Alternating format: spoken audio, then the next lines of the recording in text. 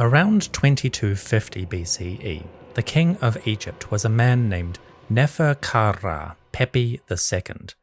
He is a famous ruler, simply because he is one of the longest reigning kings in all of Egyptian history.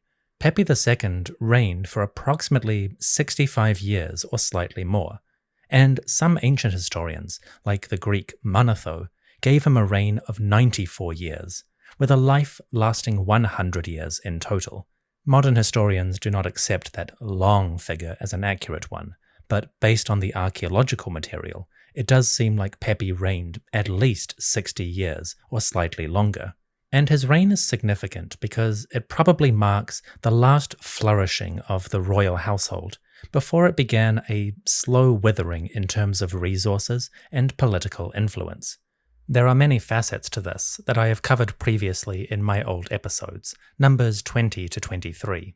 But broadly speaking, it does seem like the 6+ decades of Pepy II's rule marked the last flourishing of the Egyptian royal household. In his reign, the king and his court were still able to marshal resources for impressive monuments, like pyramids for the king and his wives. They could also organize expeditions to distant lands, both in sub-Saharan Africa and the east and north. The wealth of the king and his government seems to have been relatively stable, although maybe not quite as glamorous and grandiose as the earlier centuries. But overall, these 60+ years of Pepy II's reign seem to be a phase of relatively strong royal power. Following that, however, the story suddenly gets murkier and far more complicated. Following the death of Pepy II, somewhere around 2200 BCE, the historical records and our chronology become even more fragmentary than usual. For Egyptologists, this is best emphasized in the idea of the 7th and 8th dynasties. I should note that the dynasty system comes from a Greek historian named Manetho, who wrote during the late 4th or early 3rd century BCE. Manetho was a priest, and he used the available records from the temples to compile a list of the ancient Egyptian kings.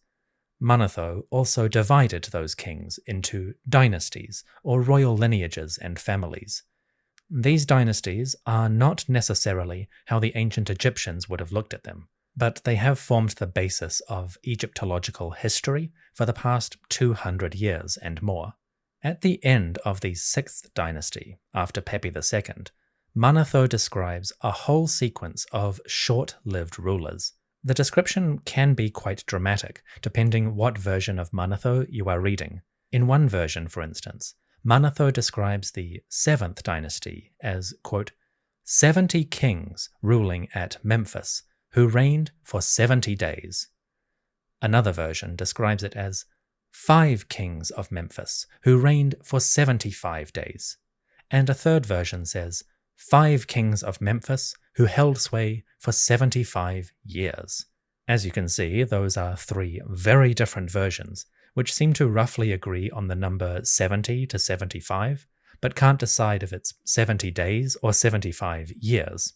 The point here is really that Manetho and the records he was using seemed to remember the time after Pepy II as one of political and royal instability, when the power of the kingship passed from one ruler to another in rapid succession. Obviously, 70 kings in 70 days, that sounds like absolute chaos. 5 kings over 75 years? That seems more reasonable. But however you look at it, the contrast between Pepy II ruling 60 years or more in a single reign and what comes after is basically night and day. The same is true for the 8th dynasty, which the different versions of Manetho describe as, quote, 27 kings of Memphis, who reigned for 146 years, or 5 kings of Memphis, who reigned for 100 years, end quote. Unsurprisingly, Egyptologists do not take Manetho's description as gospel. For one thing, the descriptions vary wildly between the different versions of Manetho, but more academically, these descriptions are simply too vague and also too dramatic to take at face value. We need more information to build out the picture. Fortunately, Manetho is not our only source for this historical period, and Egyptologists do have a variety of archaeological and historical sources to analyze in more detail. Following the death of Pepy II, around 2190 BCE, give or take, we do have archaeological, artistic, and inscriptional evidence for a large number of rulers who are otherwise almost entirely forgotten. These shadow kings might belong to the period that Manetho describes as the 7th and 8th dynasties. As you'll see, this is a messy conversation. Examining the historical records for this particular period, Egyptologists Jürgen von Beckerath and Ronald Leprechaun have put together a list of people who might have been kings during this particular phase. The names include Nefer-Kara, Menkara, Nefer-Kara II, Nefer-Kara Nebi, Jedkara Shemai, Nefer-Kara Hendu, Meren-Hor, Nefer-Ka-Min, Ni-Kara, Nefer-Kara Tereru, Nefer-Ka-Hor, Nefer-Kara Pepy Senbu, Nefer-Kara Min-Annu, Ka-Kara Ibi, Nefer-Kaura, Nefer-Kauhor Kui-Hapi, Nefer-Ir-Kara II, Sekhem-Kara, Waj-Kara, Iti, Imhotep, Hotep, Kui, Isu, and Ichenu. That is a large number of rulers to have supposedly governed the kingdom over a 100 to 200 year period. Unfortunately, these rulers are not recorded or attested equally. Some are better known than others, and a couple of these kings have actually left significant monuments or historical records to confirm their existence. But others are simply names recorded in king lists or on tiny fragments of historical material. As a result, historians are divided over which names to include in the official lineage, and some scholars suggest that some of these kings did not actually exist, or that their memory has been confused and garbled over the centuries. I won't dive into that here. It would take several hours to unpack it all, and we simply don't have the time. But if you are interested in this particular question, I will include a special section in the description of this episode with references to scholars and articles you might want to read. Anyway, whatever source we use, the archaeological material or the classical authors, the period after the death of Pepy II seems to be a particularly confused and possibly unstable one. In some cases, we're really not sure who was governing the kingdom.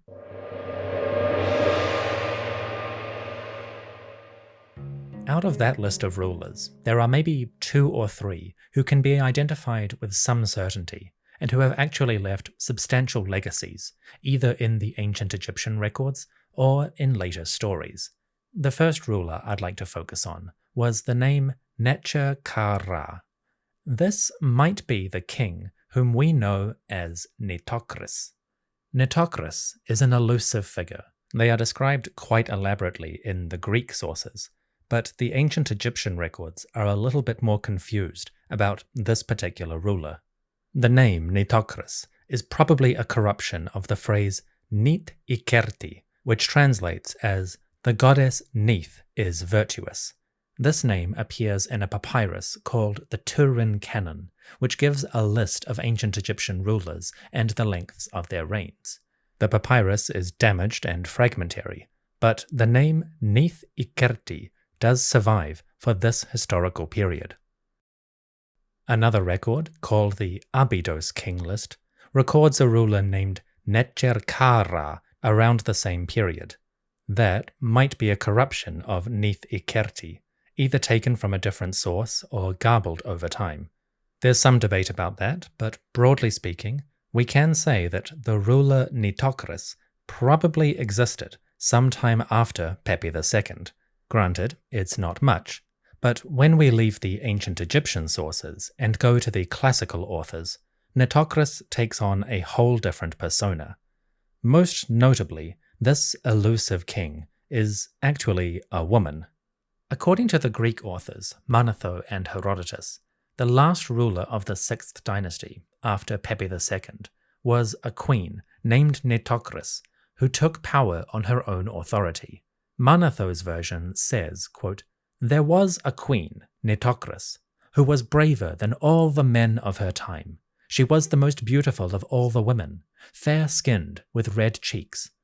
By her, it is said, the third pyramid at Giza was constructed with the aspect of a mountain." End quote. Obviously, we know that Manetho is incorrect about the pyramid. The third pyramid at Giza was constructed for King Menkaura of the late 4th dynasty. But that's an important point, because by the time Manetho was writing, the ancient records and stories had probably evolved significantly in the telling.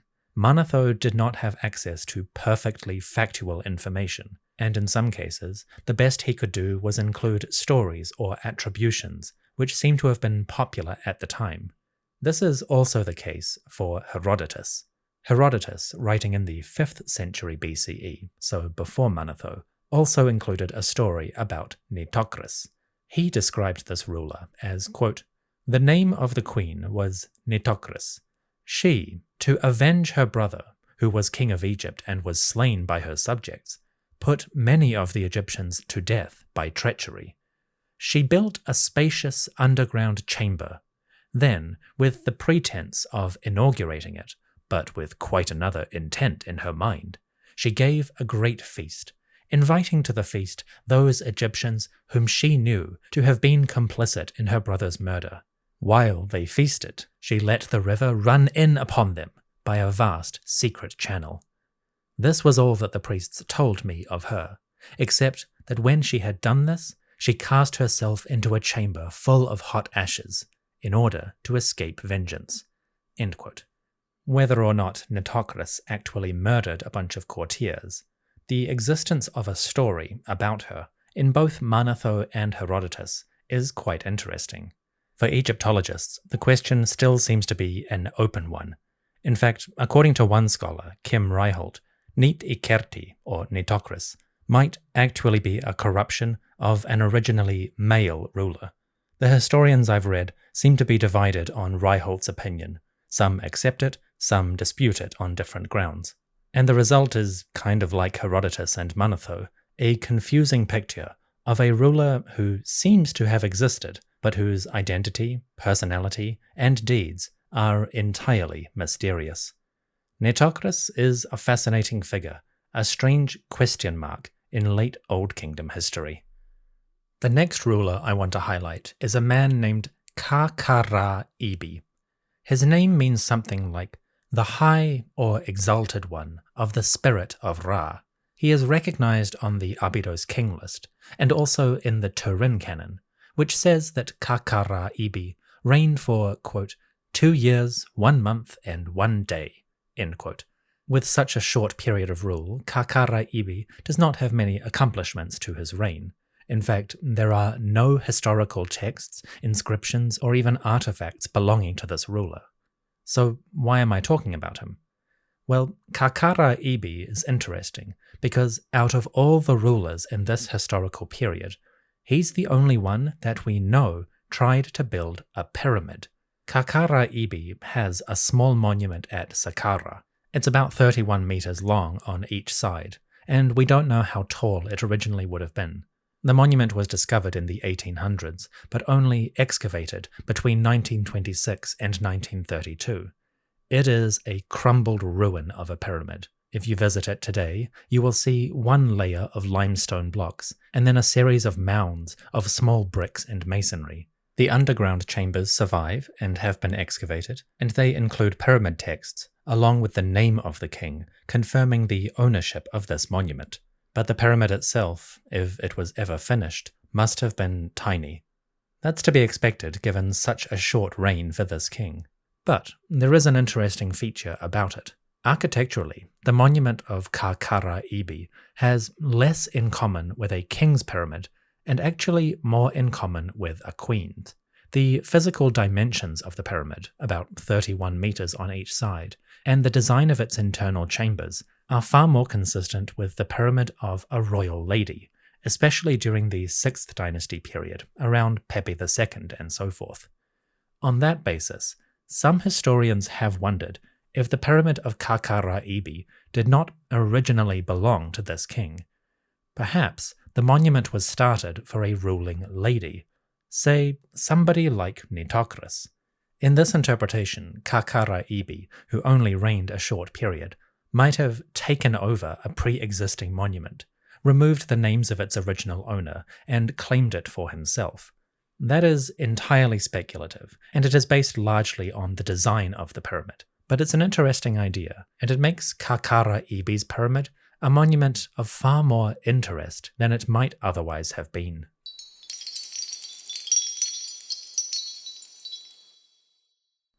There is one last ruler I would like to discuss. His name was Imhotep, or He Comes in Peace. You might recognize it better as Imhotep. Sometime after the 6th dynasty, there seems to have been a king who had the same name as the famous architect who built the first pyramid. This name appears in one location within Egypt, and it is the only record for a ruler bearing this identity. The text itself is found in the hills of the eastern desert, along a famous valley or canyon called the Wadi Hammamat. Here, ancient Egyptian rulers used to send expeditions, especially of miners, to extract various minerals and even copper from the desert hills. They also used the Wadi Hammamat to access the coast of the Red Sea, where they could send trading parties out to distant lands in Arabia and eastern Africa. As a result of these expeditions, the cliff walls of the Wadi Hammamat are covered in hieroglyphic texts written by generations of explorers. It is here that we find a record of King Imhotep. The text itself includes a cartouche with the ruler's name and a figure of the king himself seated upon a throne. Then, right next to it, we get a text which seems to be written by the king's son, either his actual son or a royal official carrying that as a title. The king's son was named Jati, and he left the following text, quote, "A commission that the king's eldest son, the treasurer of the god, and the overseer of the troops, Jati, called Ka-Nefer, executed for the king. He says, quote, I was at the front of the people on the day of battle. I controlled the going forth in the day of attack by my plans. I was praised above the multitudes. I made this work of King Imhotep with 1,000 men of the palace, and 1,000 quarrymen, with 1,000 soldiers, and with 50 additional people. His Majesty sent this numerous troop from the royal residence, and His Majesty gave 50 oxen and 200 goats for the purpose." End quote. That short inscription is the only record of King Imhotep as a ruler of Egypt. It has a couple of interesting features in it. Firstly, the king's son Jati seems to be leading a force of over 2,000 individuals. That seems unusually large for a project of this kind. Regrettably, Jati does not say exactly why they were going to the Wadi Hammamat. It seems to be a quarrying expedition, but he doesn't mention what exactly they are quarrying. Is it a type of stone or perhaps metal? More significantly, Jati seems to describe the event as one in which military activity was required. He mentions fighting on the day of battle and the going forth in the day of attack. In context, it seems like this fighting is happening during the expedition, somewhere in the Wadi Hammamat itself.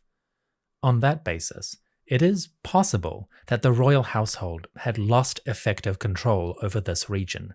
Perhaps bandits or nomads had moved into the desert wadis and were causing trouble for royal expeditions.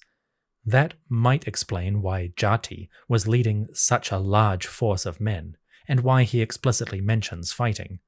Perhaps King Imhotep sent Jati out to try and quell resistance in this region. Alas, there is just not enough information in the text itself to say anything for certain, but the inscription is a fascinating one. It gives us the name of a king whom, otherwise, we would have no idea existed. There is no King Imhotep on any of the surviving records. He only appears here in the Wadi Hammamat. Such a small and fragmentary record might seem frustrating, but looking at it from another perspective, it might give additional evidence for the idea that During this time period, between 2200 and 2100 BCE, the royal household of Egypt was experiencing a period of instability. The fact that we can have a ruler sending expeditions out into the eastern desert, but have no other record for him anywhere in the Nile Valley, might support the notion that there was some kind of division in the royal house. Maybe kings like Imhotep came and went with alarming frequency. I don't want to build too much of a story on the gaps in the record, but the mere existence of those gaps, and the large number of names that I quoted earlier, might lend some credibility to the idea that the late Old Kingdom was a period of instability for the Egyptian kingship. If that is accurate, it might add more to the picture of the supposed decline and fall of the Old Kingdom. Rulers like Nitocris, Saqqara Ibi, and King Imhotep are shadowy figures at best. We're not sure how they fit into the historical record, when exactly they reigned, and how extensive their power truly was. The image is complicated by the classical authors, who summarize the 7th and 8th dynasties as a period of numerous short-lived kings. For Egyptologists, the great challenge is putting this all together into anything resembling a historical narrative. That is still an ongoing process within the scholarship, and personally, I think it's going to be a long time before we have enough evidence to say anything for sure. That being said, we might be able to see something in the way the ancient Egyptians themselves recorded and described this period. Despite the confusion, our historical sources do seem to agree on one significant idea. This idea is that at the end of Dynasty 8, there was a change or a break in the royal lineage. You can find this break expressed more or less explicitly in different historical records. The Abydos king list, for instance, omits a whole group of rulers whom we know reigned during this historical period. The king list jumps from a ruler named Nefer-Kara II, probably Dynasty 8, and goes straight to a ruler named Montuhotep II, who comes in Dynasty 11. So whoever was compiling the records for the Abydos king list seems to have considered the rulers between Nefer-Kara II and Montuhotep II as entirely illegitimate, or at least not worth including in that particular context. That's a curious decision because Egyptologists know a lot about a bunch of rulers in that phase, and we're going to meet some of them in the next few episodes. And yet, the Abydos king list left all of those figures out, suggesting that, at least for the purposes of that list, there had been a break during that particular phase. The Turin canon does something similar. The authors of the Turin canon did organize the rulers in chronological fashion, and every now and again, the authors writing that papyrus would pause their list in order to include a summary of the reigns that had happened so far. They did this by adding up the total number of years within each reign and providing a summary of the overall period's length. There might be some significance to the places where they chose to make these summaries. For example, the Turin canon pauses at the end of the 5th dynasty to offer account of all the rulers that had come before, right back to the 1st dynasty. It does the same thing again at the end of the 8th dynasty. That suggests that, at least for the scribes writing the Turin canon, the first 5 dynasties were considered as their own distinct phase, and then dynasties 6 to 8 were considered another one. The significance of that is unclear. Apparently, there was something about the first 5 lineages that the writers of the Turin canon considered special, or at least consistent with one another. Then there was a change for the 6th, 7th, and 8th lineages. In other words, there is some evidence that the ancient Egyptians perceived the late or decline of the Old Kingdom as a distinctive historical phase.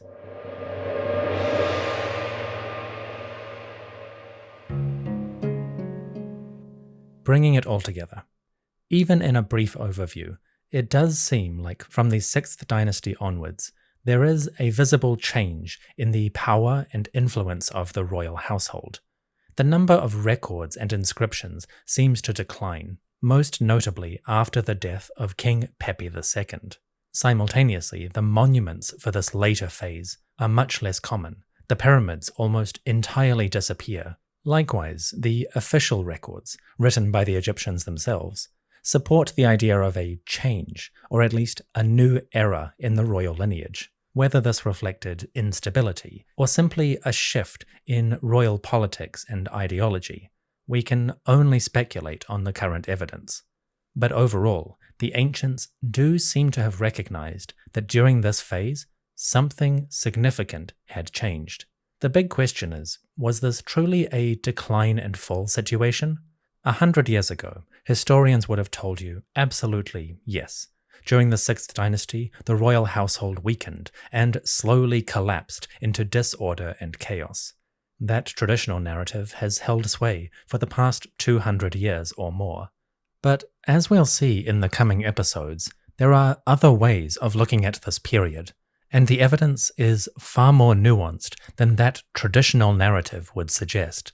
For one thing, the traditional focus on royal politics and power is not the only way of looking at Egyptian society, and the past few decades of archaeological work have given us a much better understanding of life outside of the palaces, among the ordinary folk of the country.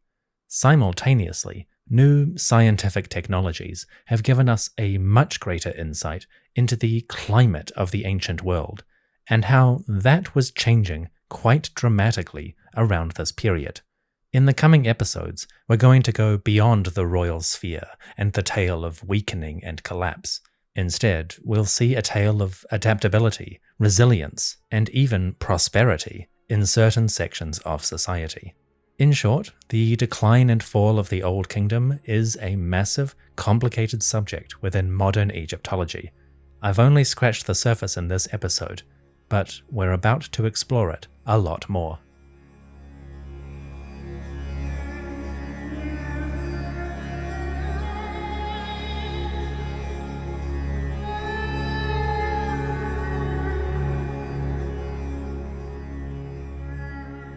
Thank you for listening to the History of Egypt podcast.